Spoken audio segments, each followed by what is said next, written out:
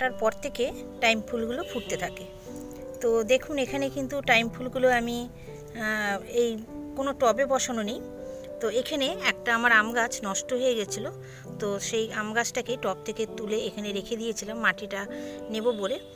তো সেই টবের মধ্যেই মানে 2-1টা ডাল কোনো সময় ছিল, তার থেকে দেখুন কিভাবে বেড়ে উঠেছে বর্ষার জল পেয়ে আরও এই গাছগুলো।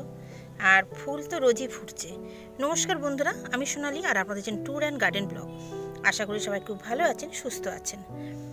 কদিন পরে আবার রোদ উঠেছে, কালকে থেকে আকাশটা মোটামুটি ভালো। তো আকাশটা ভালো বলেই এতদিন ছাদটার মধ্যে প্রচুর পরিমাণে পাতা পড়ে একদম ভর্তি হয়েছিল। তো এই গাছটাও দেখুন, এই গাছটাও কিন্তু প্রচুর পরিমাণে ফুল ফোটে, রোজই ফুটছে, সুন্দরভাবে ফুল ফুটে রয়েছে। তো এত পরিমাণে বৃষ্টি হয়েছে আর পাতাতে চারিদিকে ভরেছিল, যার ফলে কিছুদিন পরিষ্কার করতে পারিনি।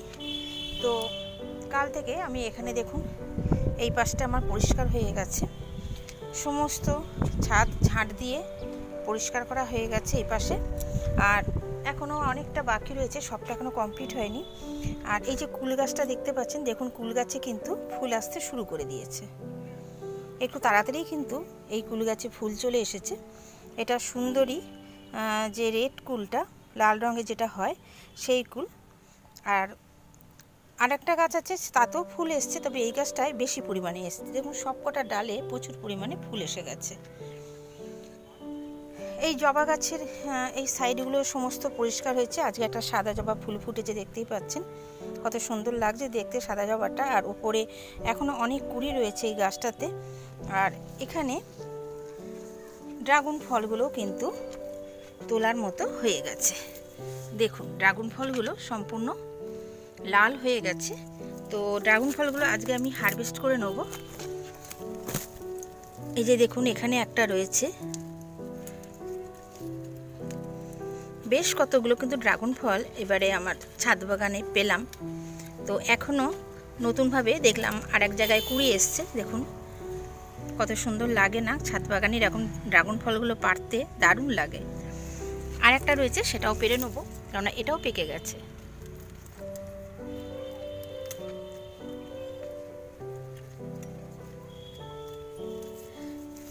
এইটা বেশ বড় সাইজের হয়েছে, দেখুন এটা বেশ বড় সাইজের হয়েছে। আর দেখাই এখানে আরেক জায়গায় কুড়ি এসছে, এই দেখুন এই ডালটাতেও কুড়ি এসছে। আর এই কুড়ি যেই আসে ড্রাগন গাছে না, এত পিঁপড়ের উপদ্রব হয়, কারণ এই গাছগুলোই এই ফুলগুলো খাওয়ার জন্য পিঁপড়ে কিন্তু প্রচুর পরিমাণে চলে আসে। বেশ কিছু লঙ্কাও পেকে রয়েছে, লঙ্কাগুলো পরে তুলে নেব। আর দেখতে পাচ্ছেন এই পাশগুলো সমস্ত পরিষ্কার করে নিয়েছি, তবে ছাদ বাগানের এখনও কিছুটা অংশ আছে যেগুলো আমার পরিষ্কার করা হয়নি। আর এই যে কামিনী গাছটা দেখতে পাচ্ছেন, এই কামিনী গাছটা দেখুন কত পরিমাণে ফুল হয় সারা বছরই। বলতে গেলে অনেকে বলে যে একটা নির্দিষ্ট সময় থেকে, কিন্তু আমি দেখি আমার এই গাছটায় সারা বছরই বলতে গেলে কিছুদিন পরপরই প্রচুর পরিমাণে ফুল আসে। আর এই ফুলগুলো তো বেশিক্ষণ টেকে না, এগুলো পরের দিনই ঝরে যায়। দেখতেই পাচ্ছেন এখানে ঝরে পড়ে গেছে, তো পরের দিনই ঝরে যায় ফুলগুলো, কিন্তু ফুল আসতে থাকে। এই ফুলগুলো যে হয়ে যাবে, আবার ওপর থেকে আমি সামান্য করে একটু ডাল কেটে দিই, দেওয়ার ফলে আবার দেখুন নতুন করে কত পরিমাণে ফুল আসে।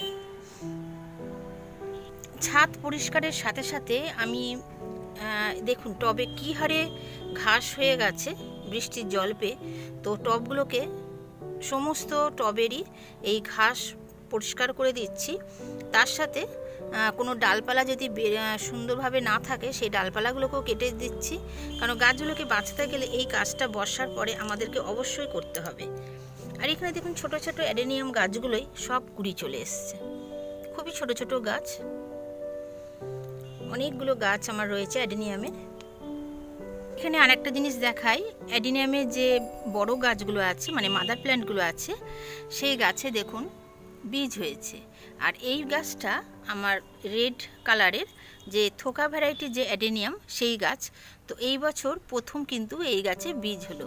তো এই বীজগুলো অবশ্যই আমি সংগ্রহ করে রাখবো, কেননা এই গাছের দাম কিন্তু আমরা যদি নার্সারি থেকে কিনতে যাই বেশ অনেকটা পরিমাণে নেয়। পুরো গোলাপ ফুলের মতো দেখতে হয়, বড় সাইজের থোকা ধরনের এই অ্যাডেনিয়াম ফুল হয়। তো ফুলগুলো খুবই সুন্দর। তা এই একটা গাছই আমার কাছে একমাত্র এই গাছটা আছে। তো এই বছর দেখলাম বীজটা হয়েছে, তো এই বীজটা সংগ্রহ করে আমি এর থেকে অনেকগুলো চারা অবশ্যই তৈরি করে নেব। আর কেননা আমি এই যে গাছটা দেখছেন এটা হচ্ছে দেশি অ্যাডেনিয়াম। তো এই গাছের চারা তো অনেক করেছি, আপনাদেরকে দেখিয়েছি।